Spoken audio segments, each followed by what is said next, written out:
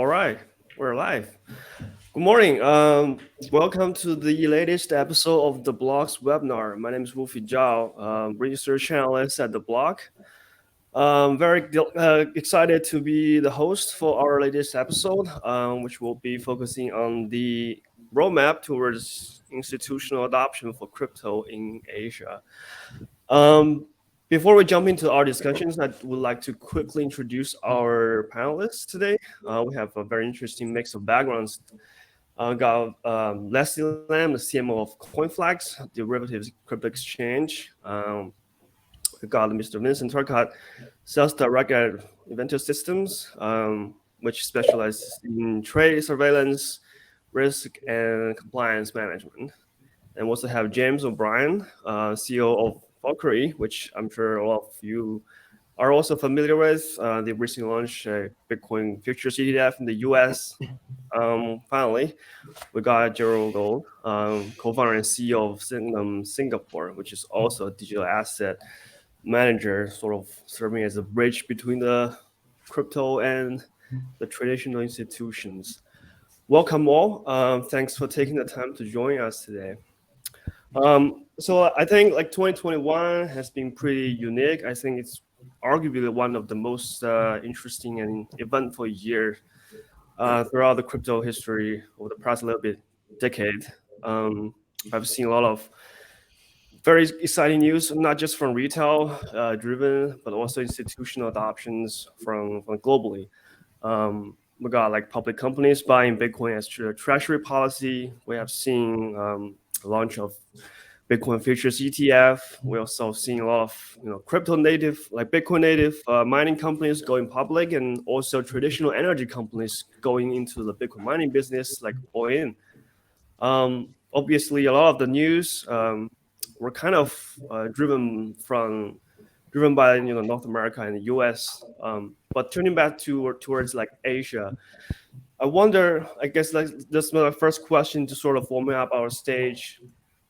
When you look back at 2021 and from your perspective, because I know each one of you comes from a very unique background and expertise.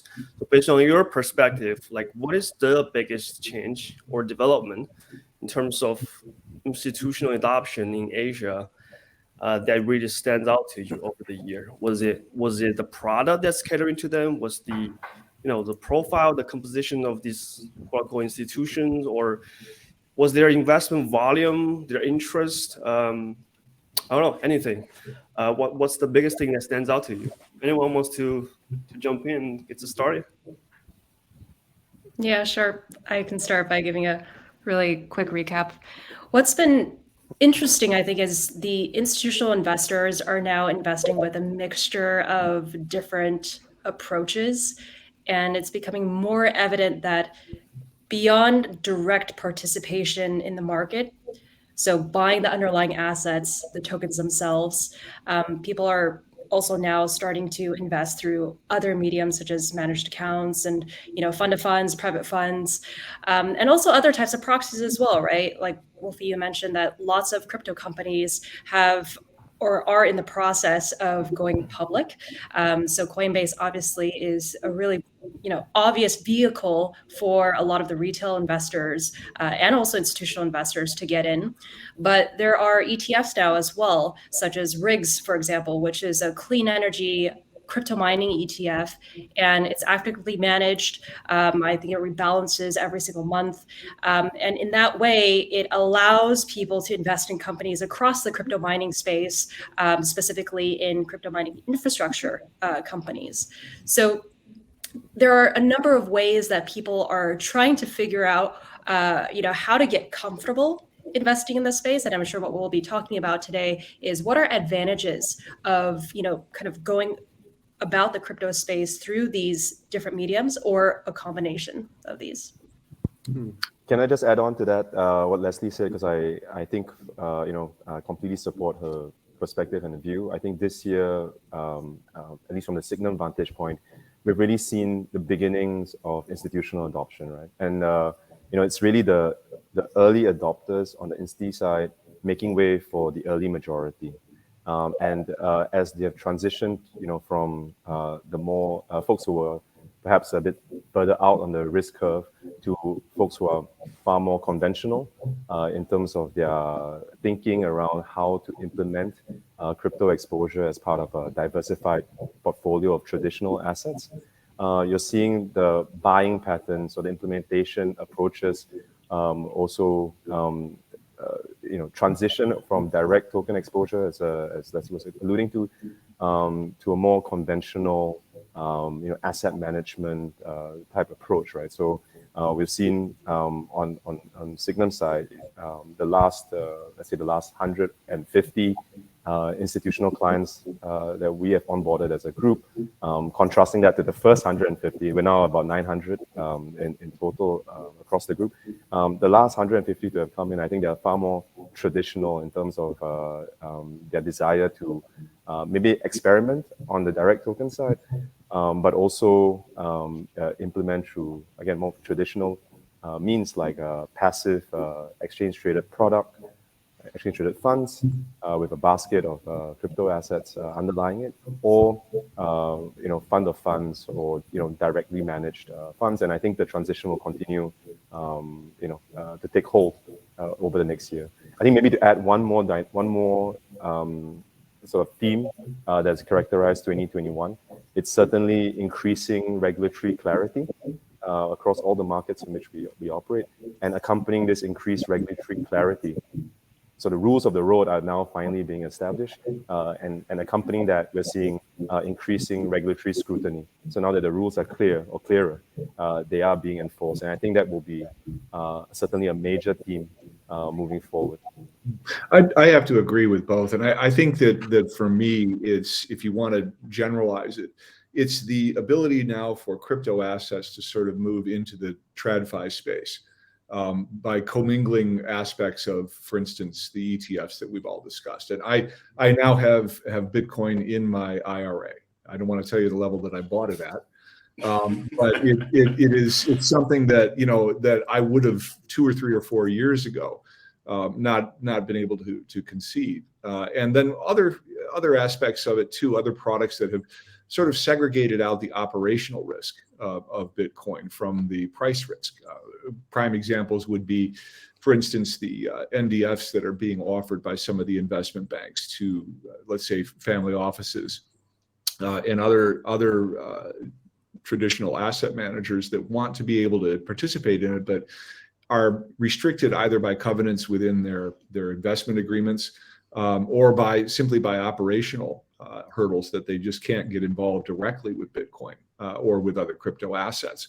So they've elected to use instruments that are giving them the price risk, but then segregating out the operational risk that has sort of prevented them from coming on board earlier. I think one last thing in that same vein, we've seen a number of the big players in the industry, and I'll name names here. I think that FTX US, and they're recently joining the Futures Industry Association, as well as the ISDA, is a signal that they're coming in from the cold, and rather than crypto players trying to rewrite the rules in a way that just favors the single asset class, they're understanding now that they're becoming part of the larger financial ecosystem. And in order to do that, you have to be represented and have a voice on some of these TradFi panels and industry associations. And I kind of think that's the way forward. We've seen a bit of it here in Asia. Hong Kong Monetary Authority has solicited the FinTech Association of Hong Kong and more directly the RegTech Committee for its views on various things. And we're heard by them. That trickles down to the SFC. The same thing happened in Singapore when the Payments Committee was consulted on what do we do about stablecoin? How do we take stablecoins as an asset class under the PSA, or under the more traditional securities rules in Singapore? It's an open question still, but we are seeing regulators open up to the industry, and the industry is, to the extent that they're able to, forming consortiums and then providing consolidated feedback. So this is a trend I think that I hope continues very solidly into the coming year. Yeah, I mean, I have to agree, excuse me, with all of the above. I think one of the largest kind of meta trends that we've seen over the past year is the types of questions that are being asked are changing pretty drastically. 18 months ago, just for example, it was, hey, how do I do this, and how do I invest in crypto? And it was kind of, the giant crypto, capital C, no additional clarification, and they look to others for it, right? And now it's, hey, I want to get into crypto. And I'm talking to large institutions here, right? How do I get yield? How do I diversify? Vince, exactly as you said, right? I want price exposure, but I also want to hedge that with some other type of strategy. So the questions that we're seeing, and then the products that we're trying and working on creating as a result of those questions are changing quickly, and we're creating them to meet the demand that we're seeing instead of essentially having to forecast what we think demand might be once people get there. Right. And then I think, Vince, I love your comment about the IRA too, not just because of my background, but because the types of vehicles that both institutions and individuals have access to now is entirely different than it was, 18 months ago. And then I think the third is really just regulation, right? The process of obviously bringing regulated products to market in the United States has been very educational with us, and I think also for the regulators, it's been super collaborative. And I think the existing regulatory bounds, although we're getting a lot more clarity on that, obviously on a, I won't say day to day, but week to week, month to month basis, it's going to provide for some really innovative, I think, products that we can bring to market in the future that will be done hand in hand with regulators instead of kind of having to guess first and then make amends later. That's the key too, right? Product development. I think what Leslie's doing at CoinFLEX and what Gerald is doing at Sygnum as well are both creating on-roads, which to me is the really interesting thing. We're at that point now where we are finding ways for people to on-ramp into the space that weren't available a couple of years ago. Yeah, that's interesting because I was wondering, I want to get a little bit more color on their comfort level in terms of product exposures. Are they, for example, are they more comfortable just buying Bitcoin or Ether or some of the largest market cap coins, just hold the underlying assets, or what is the kind of strategy that institutions are thinking about in terms of diversifying their entire crypto portfolio? So I would like to get a little bit more color on that from our panelists, if you can. Yeah, maybe I'm happy to provide again a perspective, right? So as James was mentioning as well, I think the kinds of questions we're getting nowadays are far more nuanced than they used to be, right? I think James, at least you get at least 12 months ago you're getting questions around building crypto exposure. I think 12 months ago we were still getting questions like what is blockchain and what is Bitcoin, and I think folks tended to conflate crypto exposure with buying direct, like Bitcoin directly, right? And then from there they kind of branched out, to ETH and then slowly but surely to the other alts. I think that buying behavior certainly characterizes the early adopter cohort, right, amongst the institutional investors. But as I was alluding to earlier in what I said, I don't think we should expect those implementation approaches and implementation patterns to perpetuate when the real herd, right, of insti investors comes to the table. There, in the conversations we're having, it's really questions around, okay, well, what's the volatility if I implement through this particular type of hedge fund strategy versus this other type of strategy? How do I think about incorporating illiquid exposure, right? VC type exposure. I mean, can I get it from my traditional venture capital managers, many of whom have already waded into the space, raised dedicated crypto funds for the space? Or do I need to focus on, the next generation of specialists, right? Crypto fund asset managers, venture capital managers that are now coming to the table. So I think it's certainly a interesting and exciting time to be in the markets. I come from a traditional investment background, so many of the folks that I'm speaking to right now are ex-clients of mine at one point, and I really didn't expect these long-term capital allocators. Here we're talking about pensions, endowments, foundations, and also sovereign monies that are waking up to the opportunity and are really trying to figure out how to incorporate crypto as part of a broader investment policy statement, right? I think this is really, when I think about institutional adoption, and when we say institutional adoption of crypto, this is what it really means, right? Like it's part of the fabric of the universe of other asset classes that insti investors are already participating in, and it's now just needing to go through the rigmarole of being incorporated through the governance down to the strategic asset allocation and finally the tactical asset allocation. as well. Yeah, I think it goes kind of all the way back to what Leslie was saying earlier about infrastructure investing, right? It's not just long-term exposure necessarily from pensions to individual coin, larger market cap like Bitcoin or ETH, but it's also taking a longer-term approach to what kind of companies are creating truly groundbreaking infrastructure in this space, and then let's make a longer-term liquid bet into those, with the understanding that, especially with the rise that we've seen in the crypto market over the past 9 months or so, I think people are really looking to diversify away from just straight coin exposure into the next generation of infrastructure builders, and that's exceptionally exciting. I mean, that's how markets gets made. That's how industries get created. Well, yeah, and we've seen a number, again, kind of leaning back on the relationship between traditional finance and the emerging cryptocurrency businesses. We've seen a number of index providers kind of step into the fray, and some of them are providing really solid service alongside these indices and saying that, for instance, FTSE has a list of criterion about how they would select a coin, how they would select an exchange, how they would, how do we include it? And that criterion is helping other institutional investors sort of begin to filter the way through the whole universe of alts and things like that. They all have such a unique story that it's really hard for, I think, individual exchanges, or rather, individual investors at the institutional level to take a look and say, how do I select this portfolio? And that's really, I think, one of the next hurdles that we'll face. But it is coming, I think, from the traditional finance environments.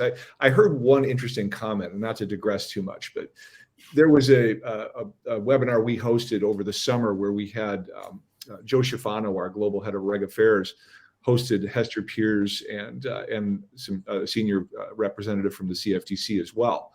And Hester Peers came up with what I thought was one of the most interesting analogies I've heard, that she said she sees a lot of mullet finance on the horizon, where you'll have a clean face like a Sygnum or like a one of the traditional asset managers in the front end, and they will face clients, but in the shaggy back end, you'll see a lot of DeFi and other typology that will trade the primitives that are involved in lending and market risk exposure and so on. And I think that is something that I'd look more to in Asia Pacific, finding that clean face to go out and in the institutional realm and represent the industry by creating product as you guys have done recently. But then on the back end of that, they absorb all the operational detail of actually engaging the market and filtering the risk.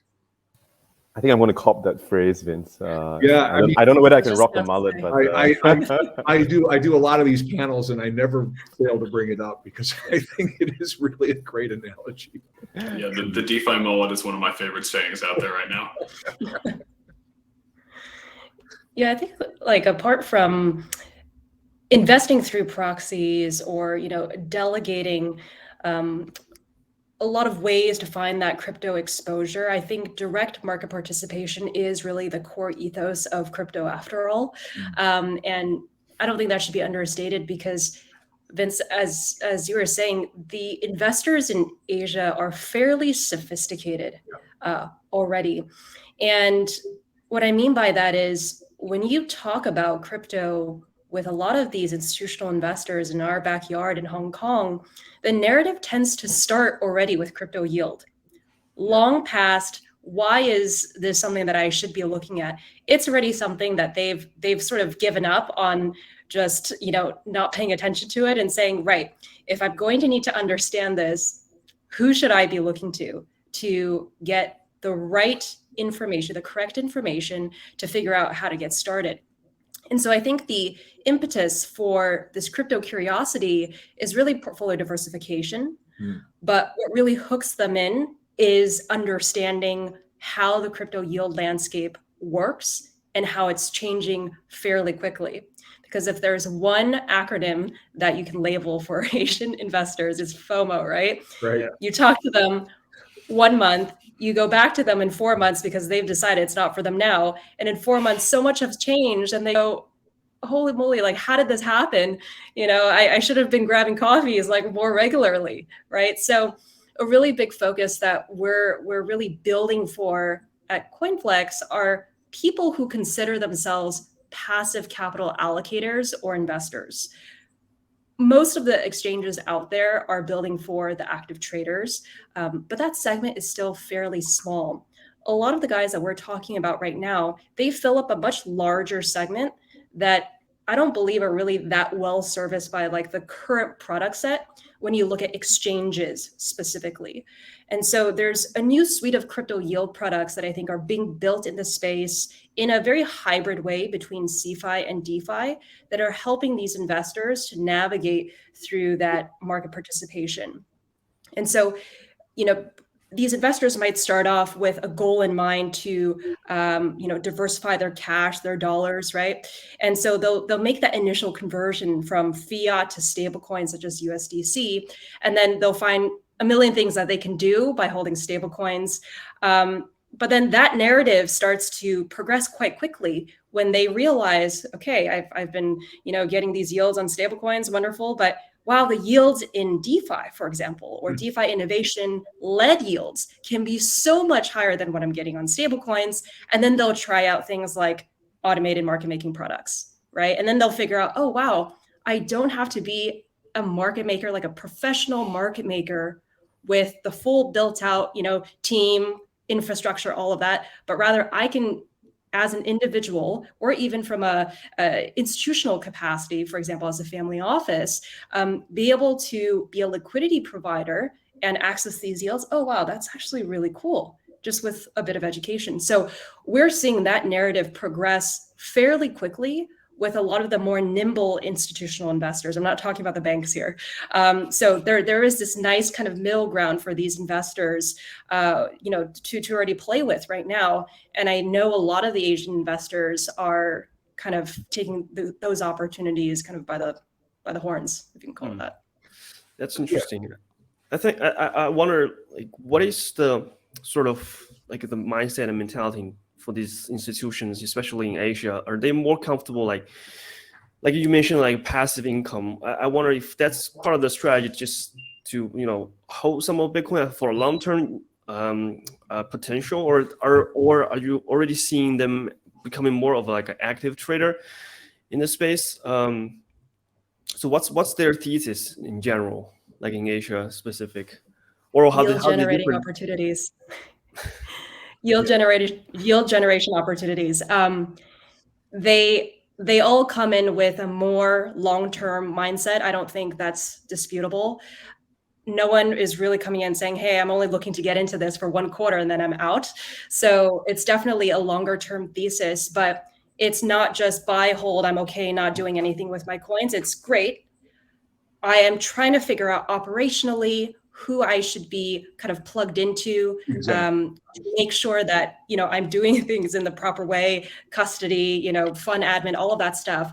But then in parallel, not after, in parallel to figuring that out, they're saying, what opportunities should I be looking out for? Because once I get in, whether it just be the sort of blue chip coins like Bitcoin and Ethereum, they want to know what they can be doing with that, right? And then that's where the conversation really gets interesting for these people. Yeah, I totally agree. And it's just, I think it's like, I remember, Leslie, one coffee we had where we talked about the nuances of the fixed income repo markets and how those are sort of being regenerated in the world of stablecoin and altcoins. And it's interesting that there is still a divergence, I think, between the FOMO that you mentioned among the individual investors who are quite sophisticated, who are very aggressive, and who will go yield without a lot of attenuation to the risk that you just mentioned. Which the risk, I think, that you mentioned isn't so much in the coins themselves, but in the platforms that people are engaging with. There's a question, in fact, on and a couple of comments on the chat that sort of yeah, and they sort of lend themselves to that. It's like I think that the digital asset exchanges, first of all, who don't go along with KYC and so on, there will probably always be a niche there. But I think it will be shrinking over time, and particularly with respect to institutional investors. You'll find almost nobody able to engage in those markets other than very hungry retail who has a reason to be there.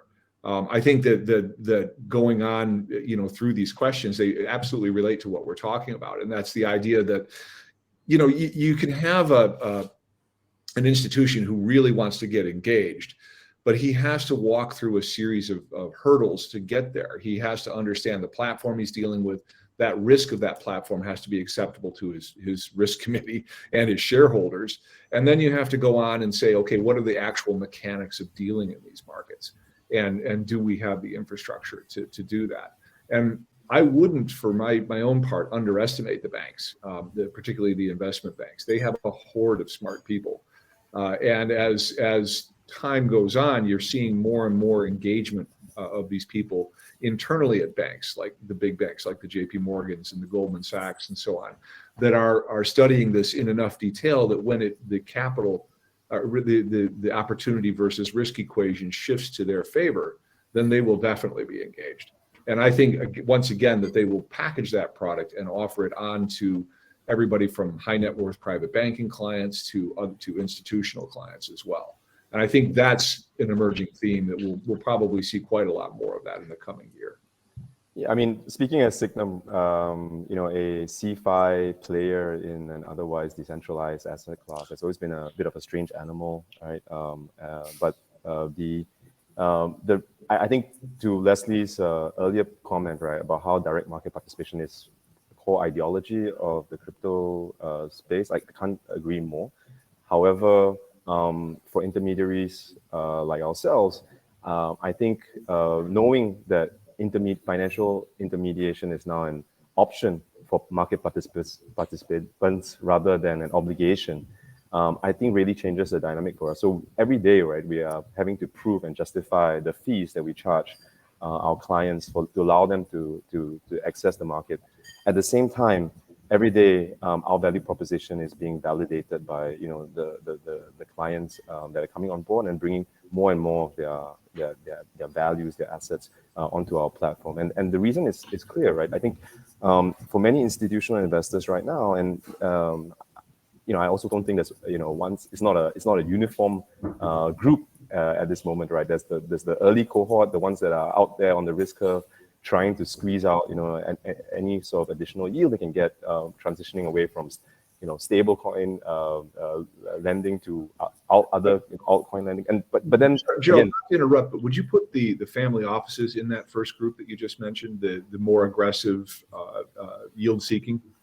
I think it really depends, right? I think, and again, not every family office is the same, right? There are some family offices that are very much driven by one principle, and it's effectively just, an ultra high net worth individual and as an admin staff. And then there are family offices that are run far more like institutions, right? With a separation of responsibilities and governance between the investment committee, the investment team, and then the folks that execute, right? So it's really a wide spectrum, Vince, and I would say amongst the most aggressive folks are the leaner, smaller family offices, perhaps still managed by the first or second generation principals. But then I don't think at all that represents the main, right? The mainstream institutional family office investor. Those groups are far more likely to implement through funds rather than direct tokens. They're far more likely to buy and hold rather than actively trade, and they're far more likely to require products rather than directly accessing DEXs or AMMs, right? For their to get their exposure, and they're willing to trade down in terms of return for comfort, trust, and peace of mind. To be honest, right? So just coming back to the point, I think for us, I think the role then that a CeFi player has is to serve as that trusted guide, right? I think it's for the institutional investor that's just now dipping their toes into crypto, they have to contend with getting up to speed on more than a decade's worth of development on the crypto side of things. If you have to layer on the complexity, right, of implementing through a host of service providers, to get some regulated, some self-regulated, some completely unregulated, just to get a semblance of what a traditional prime broker would be able to offer you if you were trying to get exposure to any other asset class. I think that's at least from the conversations we have with our clients, a bridge too far for many of them to cross, right? I think there will come a time when the market matures and further institutionalizes, where the market participants, the insti corporates, and high net worth individuals will have a more direct approach to managing their assets, crypto assets. But I think for now, we see the real value in bringing together all these disparate components, right, of the crypto ecosystem into a single unified, fully integrated, fully regulated, one-stop shop platform for institutional investors, for corporates, for high net worths to start building their crypto allocations with complete trust and peace of mind. That's the value proposition. Yeah, Gerald, what excuse me, what you said there on the topic of, I'll paraphrase a little bit, but essentially exchanging yield for comfort. I think that's far more the stage that we're seeing in the U.S. at the very least, where and I think the commentary around family offices versus pensions versus other larger institutions, they all essentially fall into different buckets, and obviously each to their own, right? They have different strategies, but it's interesting. I think specifically for those of us who obviously spend a ton of time in DeFi, right? Like you can say, hey, 20% yield, and that's relatively moderate as to what you could potentially go find. But you say that to certain institutions, I think specifically pensions or those of that ilk, and they say, right across the board, right? Like that's too high. I'm uncomfortable. I don't even need to look into the borrowing and lending facility of how this is actually functioning, right? Like that's not for me. And then you talk to other firms and you say 3%, and they say that's incredible. We're getting 3 bips. Let's do it. Yeah. Right. What my question for those on the panel, and I know I'm not the moderator, so please excuse the question, Wolfie. No, but what's that sweet spot that you guys are seeing? Is there a sweet spot in terms of the types of yield or the lending facility that these institutions are actually biting on and interested in participating in? Is there kind of a range that's one size fits all, or does it really differ based off of the investing party? Maybe I comment. Sorry, Vince. Please go ahead. Oh, okay. Yeah. So I think right now, James, we're going through the fact-finding mission, right, of speaking and engaging these insti investors, and I think the focus and emphasis for us certainly is on education at the moment, right? I think the challenge is that most folks categorize any sort of crypto allocation exposure as being part of that high risk bucket, right? So how do they contextualize 5% yield on ETH2 staking, right? I mean, how would they know how to fit that in? I think for them the question is, sure, you're giving me 300 bips, maybe even 600 bips on this, where I'm getting 3 bips on my my U.S. Treasury assets, but what are the risks that I'm taking, and how will I be able to understand or comprehend that risk? Am I able to do that? And how can you help me to understand it? Right? I think that's where we're trying to identify the concerns of these insti investors, and then really walk them through the journey of learning and getting curious about the asset class. And then the next step will be t-shirt sizing, right, for us, because it's not about, I think ultimately it's about finding out what different insti investors demand from a risk return perspective, and then building product around that. And but I do think that as with everything in the crypto space, those innovations will be really compressed. I'm talking about we will see in the next 6 to 12 months products that are suited for different sort of investor profiles, and where investors can really find themselves in, right? And then to be fair, a lot of the ability then to bring these products into the hands of clients and get them implemented in portfolios is really the trusted relationship that folks like Sygnum and others, in the regulated space, can build or have built and established with these parties, right? Because let's be fair, like investment professionals working at endowments, foundations, pensions, I don't think they will get up the learning curve on crypto in the near term, and so I think a lot of the comfort then to get exposure comes from the assessment of the counterparty, right? In this case, Sygnum, and whether or not we are following the rules, whether or not we seem to have folks adult supervision in the room, or whether we're a bunch of upstarts or whatever. I think those decisions are manager assessment. Again, traditional parameters by which asset managers are assessed. I think that's coming to the table again when we speak to these clients, the prospects. Yeah, I think it also goes back to a point we touched on a little bit earlier, but maybe you can expand on it a little, is that the structure of the crypto industry in general, the infrastructure, for instance, of exchanges, where they talk about full stack experience. So you have a trading platform that combines custody and some of the funding facilities, and all of it under one roof, which is really absolutely the opposite of the way things work in traditional finance. And even I think I'll take the futures industry, which is my background, as a little bit of an example, where you have clearinghouses that are segregated, that operate segregated funds, so that they, the wallets would, in the case of crypto, be segregated from the actual trading platform. You have all kinds of performance bonds in place. You have technology that is really state of the art, that in terms of tracking risk in a real-time basis, and that technology is open source so that it can be seen across all of the players. You have regulation that has matured to the point of, I think Reg NMS, for instance, in the US is a good example, where you're obligated to a best bid and offer scenario when you're offering services to a client. And I think that while crypto may not come all the way in that direction, I think that it's begun to move that way. You've begun to see an acknowledgement of the fact that the platforms themselves have to mature a little bit.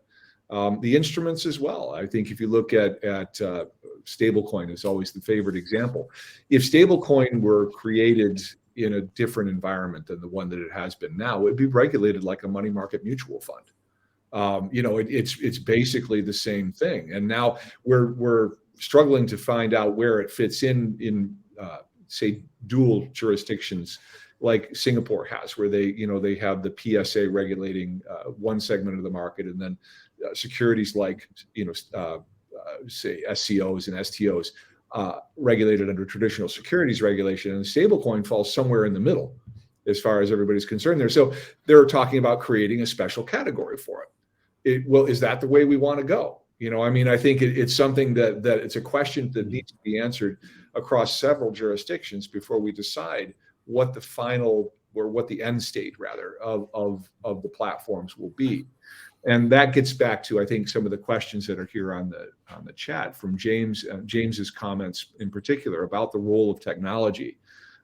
Our firm is all about making sure that people follow the rules, and it's an environment. There are entire jurisdictions that say, well, we don't need to follow any rules because there aren't any, and there are others like Hong Kong, like Singapore, that have laid out very specific rules-based guidance about what you need to do to ensure market integrity.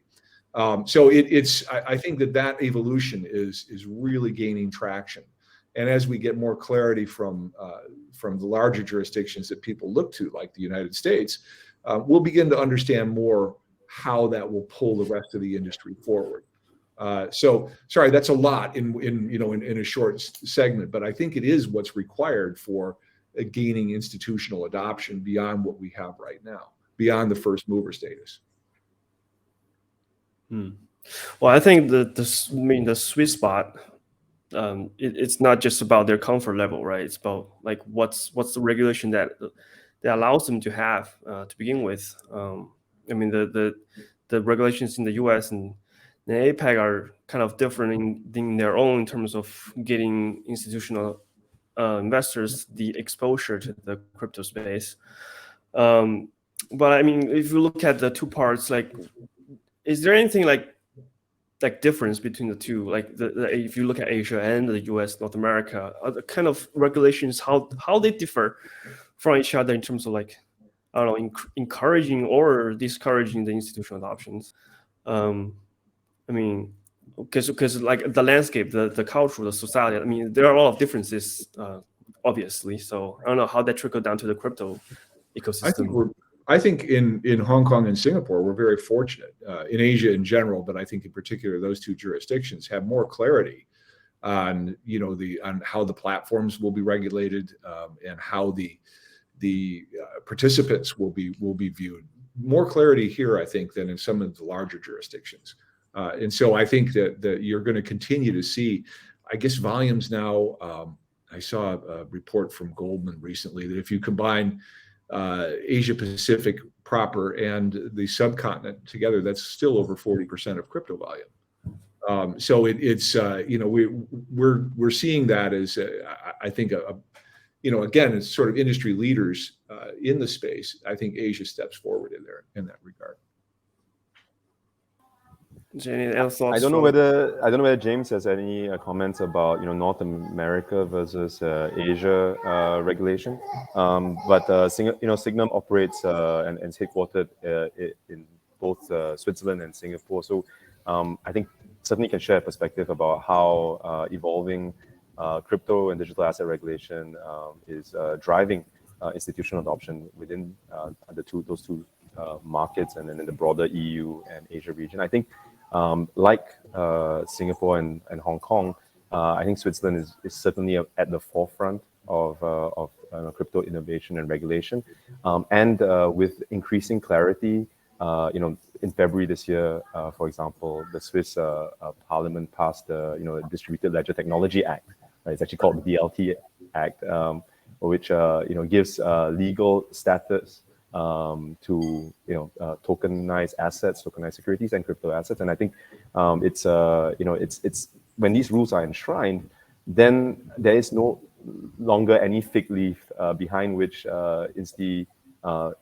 investors or market participants, like the traditional financial institutions, can hide behind, right? And can point to to avoid moving into the crypto space. So once we take down these barriers and on the regulatory side, I think it will spur market adoption and innovation. And certainly we saw that in Switzerland, right? As I think at Sygnum Bank in Switzerland, since the start of the year, we've onboarded 6 other Swiss banks that now offer at various stages of onboarding, actually. But now we'll soon be able to offer our products and services on the crypto and digital asset front directly to their clients using Sygnum Bank as a white label service provider. So all this wouldn't have been made possible without the Swiss regulator, without the Swiss legislature enshrining like the rules of the game into the law, right? So I'm confident that as rules and of the game get promulgated or further promulgated in Hong Kong, Singapore, and in the US and other major markets, that it will only spur broader mainstreaming and adoption of the asset class. The other thing it will do, in my mind, is channel a lot more of the activity away from the unregulated platforms towards regulated institutions, financial market infrastructure, because that's exactly what we would be expected, right? And that's exactly what we are seeing on the ground in both our key regions. Yeah, there was a quick question from Simon on the chat I kind of wanted to address, and about the Hong Kong SFC announcing its intention to bring much of crypto into its regulatory net. I think the reality is that they still, at this stage, only regulate STOs, and there are many applications pending.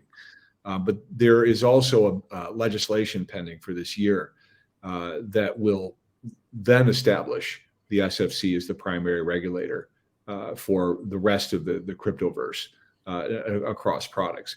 And by this time next year, it's very likely to be a completely different scenario. That legislation is largely expected to pass. And I think, this is my own view, not my firm's view, that ultimately we will see the Chinese relent a little bit and allow participation from China through the Hong Kong entrepot, as they do in many other asset classes. That's how it works for equities, for fixed income, for futures and options. And I think that there's an obvious opening there for them to allow a limited participation with adequate capital controls and so on through the Hong Kong entrepot. And I think that that's what that legislation is sort of heading up to right now. Sorry, I just wanted to step in and answer that question. No, thanks for that. Thanks for that. I mean, that framework is also it's kind of limiting the exposure to like really retail everyday participants. Is that correct? I think there's a threshold for like professional investors, like $1 million. Well, no, they have in Hong Kong there is a professional investor stipulation, and there is one aspect of it is net worth. The other aspect of it is sophistication, and you'll find these rules in every jurisdiction. And they're usually under client suitability rules in places like the United States and so on. And I think that's it's going to be more and more common. I think that as crypto comes in from the cold, and the regulatory structure evolves, there will be an ability to relax that. Like I can get crypto exposure, like I mentioned earlier, by buying some of James's ETFs. I can get, and I can be anybody and do that. But would my broker allow me to trade futures on that, on crypto? And that would be a question of suitability. And that I think that's something that every asset class deals with. It's not just crypto. And I think crypto will handle it much the same way. And rightly so, right? I think the initial thrust of regulation was focused on anti-money laundering, countering terrorism financing regulation, and applying, those rule set that have been developed, for the fiat world to a digitally, internet native asset class, right? But I think many now realize that probably those concerns were overblown, and the next wave of regulation will target much more specifically investor suitability at the very core, right? And whether or not retail participants should have the ability to apply, 20, 50, 100x leverage on, a highly volatile crypto holdings. I personally don't think that's the right thing to do. And I think, in many ways, the regulation is a long time coming. I think it will make the rules of the game clearer for everyone. And I think it will protect, a lot of the retail investors from, shady market participants. Leverage is a really good point, and I think to that point that in my mind is one reason that the SEC in the United States is so much more comfortable with futures-based ETFs. The fact that the effective leverage on futures is limited to around 30%. 30 to 35%. And the fact that they have a clearinghouse structure in place. Should it all go south tomorrow, that investors can still expect to be made whole. And I think that's the type of protection that we're sort of looking for the industry to evolve toward. There's another interesting question that said, coming up, say, is there a view in terms of like crypto yield? I think Leslie mentioned that. Is there any way that crypto yield can be viewed as a retirement asset to generate yield safely in many years to come? I guess that trickles down to the earlier question that James brought on, like about the sweet spot for institutions over the years to come. I don't know. Does anyone have any view on that? What it will take for us to get there? Like what are some of the bricks that we will need to get there? Yeah, look, I think it really does start with narrative, right? And taking that term that Vitz used really early on, like mullet finance.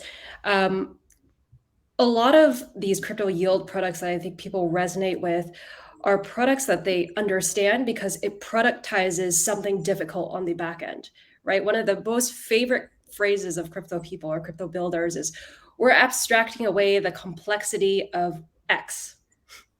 And so from a product development point of view here, right, not necessarily as a platform, as an exchange or as an OTC desk, another type of service provider, but strictly speaking from a product development point of view, the more that we can develop products to productize complex trades on the back end that active traders do to get yield, right?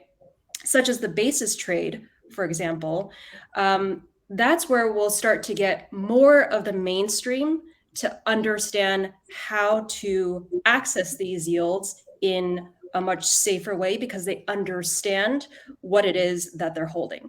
So for example, we have a stablecoin on our platform. It's called FlexUSD. And what FlexUSD does is productize the basis trade. So what does it do? So FlexUSD pays you interest 3 times a day, every 8 hours, and that allows you to compound that interest simply by holding the stablecoin. But what it's doing on the back end is basically trading repo. It's one of our repo yield products. And so if you think about where crypto yield comes from, generally, it's either through speculation or you're providing some form of leverage to traders, right? So in the case of FlexUSD, it's the latter. You're providing some form of leverage in the form of USDC to traders. And so on our platform, basically, as I mentioned earlier, right, a lot of people come in with that early conversion of fiat to stablecoin. Now, let's say you hold USDC. What you do on our platform is you basically swap that USDC for FlexUSD, literally a click of a button, and then you start earning that interest. Where does that interest come from? It comes from the perpetual funding rates, right? So on CoinFLEX, because we're a crypto derivatives platform, we have traders, right? So traders who want to be leveraged long will pay a rate to go long crypto, right? So all that means is you're buying futures at a premium to spot. And what this does is create arbitrage opportunities between spot and futures, which is what's called basis. Mm-hmm. And so this arbitrage opportunity is where FlexUSD earns that interest. And it's a market-dependent variable rate that gets paid out to you 8 hours a day. So imagine needing to constantly do that basis trade, day in, day out. You're basically glued to the screens to make sure that you're actually capturing that yield, right? But if all of a sudden that gets packaged up, productized in the form of a stable coin that all you're doing is holding, and by the way, you don't have to hold it on CoinFLEX in order to earn that yield. You can hold it in your MetaMask, you can hold it in cold storage. We recently did a partnership with Copper, which is a custodian. And if you are part of their Clearloop network, which is their clearing and settlement network, you can have access to FlexUSD. If you have USDC in Clearloop, for example, right? It's like if all of a sudden all you're doing is holding that product and you're capturing the yield that otherwise would require you to be an active trader, active market participant, then it becomes a lot easier for you to kind of be at ease, right, with that narrative of capturing crypto yield opportunities. So that's just one example. I'm sure there are plenty of others too, both in CeFi and DeFi, that are trying to abstract away the complexities of generating crypto yield directly from the market. I absolutely agree with that. I would, if James, if your crew puts together a fund that combines a lot of these opportunities, I would definitely sign right up, because I think that's the and don't get me wrong, I'm a CoinFLEX guy too, but it's having a consolidated, diversified portfolio that, as Leslie says, takes away some of the complexities, but still offers a yield in a diversified basis, I think is sort of the logical next step for a lot of this. And again, it creates that mullet. You've got a clean face and a shaggy back end, and all you have to worry about is the clean face. And I think that's something that is, again, a logical progression in the business. I think the concept of mullet is very interesting here too. If we kind of take it and we think about CeFi, right? Because at least, Daniel, to your question about retirement assets, right? I would hazard a guess that most people don't really understand how most CeFi products work either, right? But they've been in the market for long enough that they feel comfortable, and they feel comfortable with them long term as it pertains to retirement accounts. And one thing that we always say when we're talking to people who are like, "Well, I'm not comfortable with it. I don't understand it." And I'm like, "Well, do you understand how phones work?" Do you really understand the granularity of how the internet works, right? Like most of us don't actually understand the granular concepts and building blocks of all of these things that we run our lives around, right? They've just been in the market long enough and regulated enough such that we feel particularly comfortable with using them. And so, I mean, I come from, a retirement account for crypto background, right? And so I think a lot about this long-term yield concept. And one thing that we would always talk about is the biggest difference is just even more active management and less product optionality than you would have in traditional finance markets, right? So if you're signing up for something and you're hoping that it can provide yield, I mean, let's say it has a 10-year term, right? Or even let's say that it has liquidity at any time, but you want to hold it for 10 or 20 years. The product itself is going to have to, and Leslie would obviously love to hear your thoughts on this because you guys do this all day, every day. The product itself has to be far more carefully managed because the way that yields are derived or the regulations surrounding those products or anything of that nature can change on a day-to-day basis or a week-to-week basis, whereas that's not really a risk that traditional yield-generating retirement assets have to deal with. And I think that's really the key. I mean, regulatorily, it most certainly can be included in retirement accounts, most likely. I feel that again moves us back towards the regulatory structure for money market mutual funds, which often operate basis and certainly run diversified portfolios of different types of risk. But they are very carefully regulated, and they're regulated in the Securities Exchange Act, not CFTC regulation. So it's something that I think that again, as the industry continues to evolve, we'll see the stablecoins move back really towards security structure regulation. There are some proposals pending in the United States in the form of legislation that, as well as in Singapore, that would modify existing rules to create a separate category for stablecoin. And I think that just, again, my own opinion, not my firm's opinion, I believe that could go horribly wrong if we allow that to happen. Interesting. There's another question, I think, which is also relevant to what we have discussed. But like how, in terms of like Asian institutions actively investing on DeFi protocols versus like passive allocation on Bitcoin and ETH, like what are the tools that are available for them if they say they want to get into like DeFi protocols for institutions in Asia? What are the options for them to participate directly, or do they have to go through another layer of managers in Asia? I think call Leslie or call Gerald now. All right. I think the regulation around institutional participation into blind DeFi pools, I think is keeping a lot of people away. Again, when we talk about the true institutional investors, long-term capital allocators, no one is going to trade off reputational risk for investment return, right? Headline risk for a few hundred more, even 1,000 more basis points. There's just not a calculus that they make. So I think we need more regulatory clarity. We need some of the rules to be promulgated, the ones that Vince is talking about. But I think we should have confidence that at least in the markets in which we operate, and I'm sure many of the folks here as well, that the rules are coming, right? I think there are lots of smart people now on all sides, right, of the table, market participants and the regulatory side, that are investigating and figuring out how to ensure a level playing field and market clarity for participants. So that's coming. And I think we also not to underestimate how early we are in we are in this mega trend, right? I think if I look at some statistics from 2020 about the size of like the AUM for Singapore-based asset managers, I think the number is something like 4.7 trillion for 2020. And of that 4.7 trillion, only 0.01%, that's 1 basis point, of those assets are in crypto at the moment, right? So we are talking about massive blue sky opportunity, and just cognizant of the time. Maybe we're rounding up on this panel.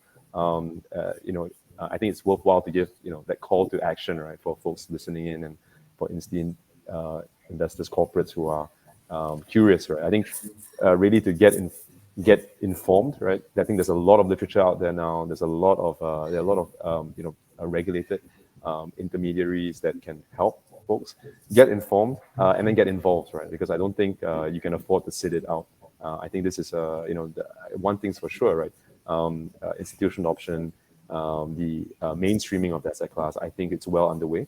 I think there will be many opportunities to get strong returns by getting in now, rather than waiting for more to be developed in this way.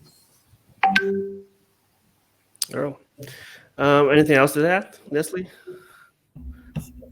Oh, like one quick point, or two quick points. So one is that a lot of the institutional investors who want to get into DeFi, but again, don't consider themselves active traders by any means, or have the capacity to operationally get set up for DeFi, will go the other route, which is investing in equity. So they will invest and back the DeFi projects that they believe, will be around for the long term. And in Asia, there are a lot of crypto funds, not necessarily all the ones that you hear about in media, but smaller funds that either through family office capacity or on a standalone basis are trying to learn about what's happening through these investments. So that's number one. Number two, if you do consider yourself more on the active market participant side of things, then what is available to a lot of the, or not available, rather, what a lot of the Asian investors like to trade are the nonlinear products. So when it comes to perpetual futures, quarterly futures, right, these sorts, these Delta One products, very sophisticated. But when you look at options, this is where historically, it's not been a very scalable market, especially when it comes to DeFi.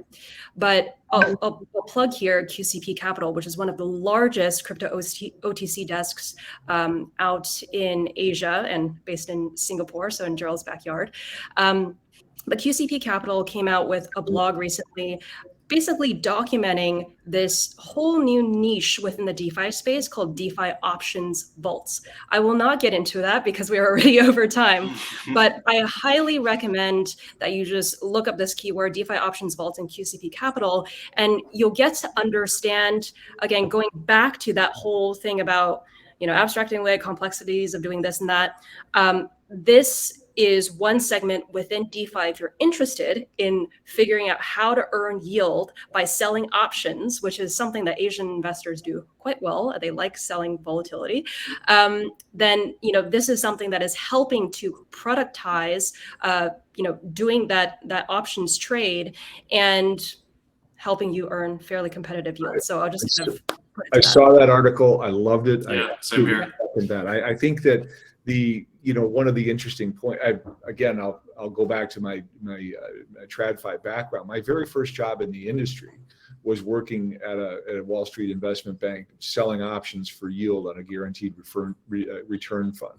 So monetizing all of the nonlinear aspects of optionality into a fund. And I think that that's something, again, that's sort of on the line. Now, I won't tell you how long ago that was, but I will say that interest rates were very high compared to where they are today.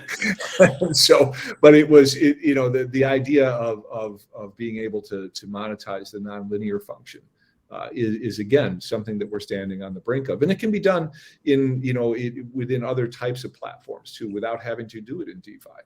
As long as you can develop the options liquidity that is necessary to go along with it. It's a very good approach, actually. Nice. As we're running out of time. Just before I let everybody go, I just want to have a quick final question. So what is the one single thing in terms of like institutional adoption that you would like to see in 2022? We're now looking to a new year. What is the thing that will excite you the most in the year ahead? Let's go around the corner and then we'll wrap it up. Who wants to start? Oh boy. Vince, why don't you start? The most exciting thing that I see coming in the year ahead. Yeah. I think further clarity on regulation particularly across the Asian time zone. We've been leading this thing so far in terms of regulatory clarity, and I look forward to some of the modifications that we see coming in PSA in Singapore, as well as the stuff that we see heading to the floor of LegCo in Hong Kong. And once we have that clarity, I think that it opens up a lot of doors, not only for institutional participation, but for the creation of platforms and products, as well as for retail participation on the other side. I look forward to that. I think that that's within the next 12 months, we're going to see a lot more of that coming forward. Cool. Yeah, my short answer is ditto in the U.S. My slightly longer answer is that, you know, it's been a very positive process for us releasing regulated products in conjunction and collaboration with regulators. I mean, they're keen to be educated, they're keen to work collaboratively, and as a result, they're keen to educate. And I think further regulatory clarity, you know, really has the opportunity to see the next year expand into even more interesting strategies that really serve, you know, the U.S. public. What's the win spot ETF? You know, I think anybody's guess, but I think again the existing regulatory bounds are pretty strong, frankly, and I think the regulators are working again, you know, in conjunction with with the right people, and I think we could see it within, you know, the next year or two. All right. I always to give you the real answer, I always keep my fingers crossed. Same here. And also on my side, just I think I'm really looking forward to you know, institutions really starting to pay much more attention and getting educated on the asset class. I think that's really in full swing, but looking forward to be engaging more and more potential institute participants, and giving them the necessary education to get up to speed on the space. Yep, absolutely. Education and seeing more creative offerings for sophisticated investors. And, you know, again, going back to the general ethos of the crypto space, it's democratizing access to various opportunities within crypto, no matter, you know, crypto yield or otherwise. But it's very important to understand that, you know, crypto is not just for the institutions. It's not only for the people who have money, but, you know, for the everyday investor who wants to understand how to participate in an alternative financial ecosystem. You know, that's what we're all about. All right. Yeah, right. Like never let us forget that blockchain has the potential to change the world, not just in the financial sphere, but in so many ways: operational efficiency, you know, equality, identity. Right. I know that's not an answer to an institutional based question, but as I put on my philosophizing hat, that's what I'm also very excited about. Absolutely. That's a good comment to wrap up our discussion. Well, thanks a lot for taking the time to join us, and thanks for everyone to tuning in. Appreciate your insights today. Yeah, it's been very, very interesting, insightful. Hope you all have your own takeaways from it. Thanks again, and I wish you guys good holidays ahead. So we'll see you next episode. Thanks for having me. Happy holidays. Thanks so much. We'll see Yeah. you. Happy holidays.